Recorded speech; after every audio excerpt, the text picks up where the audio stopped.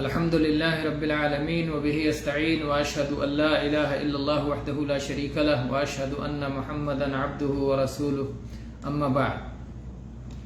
ایک سوال ہے کہ بیمار کے لیے صوم رکھنا، روزہ رکھنا حرام ہے یا جائز ہے؟ اس کا جواب یہ ہے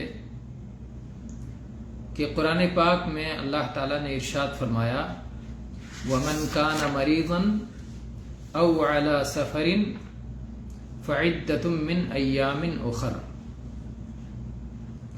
فَمَنْ كَانَ مِنْكُمْ مَرِيضًا أَوْ عَلَى سَفَرٍ فَعِدَّةٌ مِّنْ أَيَّامٍ أُخَرَ، تو جو آدمی بیمار ہو یا جو آدمی مسافر ہو وہ بعد میں اس گنتی کو پورا کرے۔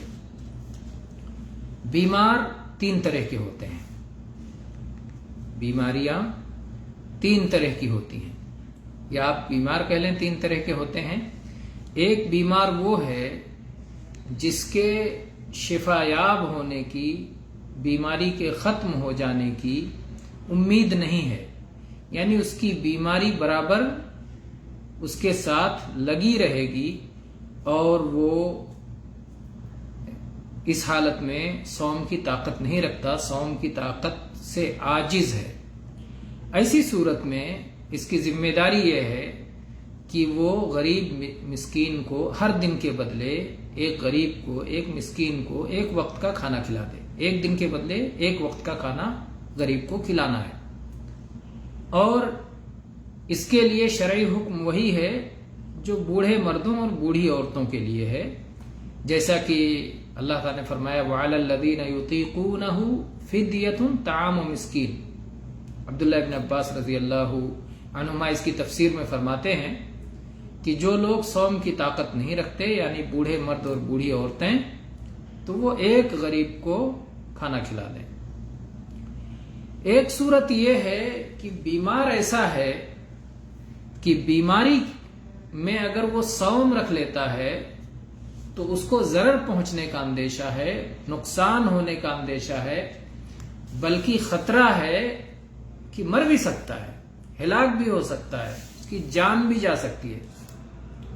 بعض بیمار ایسے ہوتے ہیں کہ پانی کے بغیر انہیں نہیں چلے گا، بعض شوگر کے ایسے بیمار ہوتے ہیں، یا بعض کڈنی کے ایسے مریض ہوتے ہیں کہ انہیں اگر پانی زیادہ وقت تک نہ ملے تو ان کی جان بھی جا سکتی ہے۔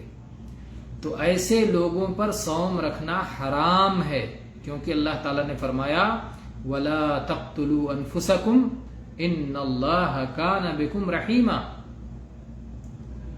اپنے آپ کو ہلاک نہ کرو، خودکشی مت کرو، اللہ تم پر مہربان ہے۔ بہت سارے لوگ بیمار ہوتے ہیں اور خطرہ ہوتا ہے کہ ان کی بیماری بڑھ جائے گی یا بہت زیادہ نقصان اٹھائیں گے، اور اس کے باوجود جب انہیں سمجھایا جاتا ہے کہ صوم نہ رکھو، اس کے بدلے غریب کو کھانا کھلا دو، تو اڑ جاتے ہیں کہ نہیں، صوم تو رکھنا ہی رکھنا ہے۔ ایسے لوگ وہ ہیں جو اللہ کے فضل و کرم کو قبول نہیں کرتے۔ یہ کوئی اچھائی نہیں ہے، اس کو نیکی سمجھ رہے ہیں کہ میں روزہ رکھ رہا ہوں، نہیں، اللہ نے اجازت دی ہے، اللہ نے رخصت دی ہے، اللہ کی رخصت کو قبول کرو۔ تو اللہ کی رخصت کو اور اس کے فضل و کرم کو قبول کرنا بھی نیکی ہے۔ تو اگر کوئی بیمار شخص جس کی بیماری کی میں صوم رکھنے کی وجہ سے ضرر کا، نقصان پہنچنے کا، ہلاک ہو جانے کا اندیشہ ہے، تو ایسے شخص کے لیے صوم رکھنا حرام ہے، گنہگار ہوگا صوم رکھنے سے۔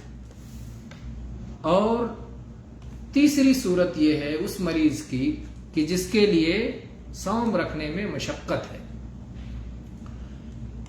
اور ضرر نہیں ہے، نقصان نہیں ہے، تھوڑی تکلیف ہوگی، مشقت سے رکھ لے گا، ایسے شخص کے لیے بھی صوم چھوڑ دینا افضل ہے، اور جب صحت یاب ہو جائے تو بعد میں اس کی قضا کر لے۔ اور اگر صحت یاب ہونے کی امید نہیں ہے تو ایسی صورت میں وہ ایک دن کے بدلے غریب کو کھانا کھلا دے۔ تو مشقت کے ساتھ اگر کوئی صوم رکھتا ہے تو جائز ہے، لیکن ضرر کے ساتھ صوم رکھتا ہے تو حرام ہے۔ تو مشقت تو ہوگی، حد تک عبادت میں کچھ نہ کچھ مشقت ہوتی ہے، لیکن کوئی ایسا بیمار ہو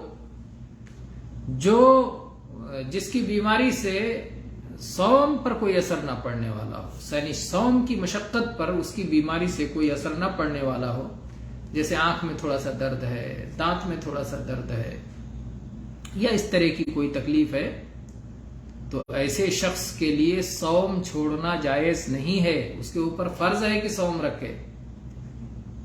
صوم کا اللہ نے ایک وقت متعین کیا ہے، رمضان، چاند دیکھو صوم کا وقت شروع، چاند دیکھو صوم کا وقت ختم۔ اس وقت سے ہٹانے کے لیے کہ دوسرے وقت میں رکھ لیں گے، بعد میں رکھ لیں گے، ہٹانے کے لیے کوئی واضح دلیل ہونی چاہیے۔ واضح دلیل کے بغیر کسی عبادت کو اس کے وقت سے ہٹا نہیں سکتے ہیں۔ اللہ تعالیٰ نے اجازت دی ہو وقت سے ہٹانے کی تبھی ہٹا سکتے ہیں۔ تو یہ وہ بیماری ایسی نہیں ہے کہ جس کی وجہ سے صوم کا کوئی تعلق نہیں ہے، صوم کی وجہ سے اس پر کوئی اثر پڑنے والا نہیں ہے، تو ایسی بیماری کی وجہ سے صوم چھوڑنا حلال نہیں ہے۔ ایسے آدمی پر فرض ہے کہ صوم رکھے۔ تو بعض بیماروں پر صوم رکھنا فرض ہے، اور بعض بیماروں کے لیے صوم رکھنا حرام ہے، اور بعض بیماروں کے لیے صوم رکھنا جائز ہے۔ تو اس تفصیل کو اچھی طرح سمجھ لیں۔ اللہ تعالی ہم سب کو اپنے دین کی، شریعت کی صحیح اور درست سمجھ عطا فرمائے۔ آمین۔ وآخر دعوانا ان الحمد للہ رب العالمین، صلی اللہ علی نبینا محمد۔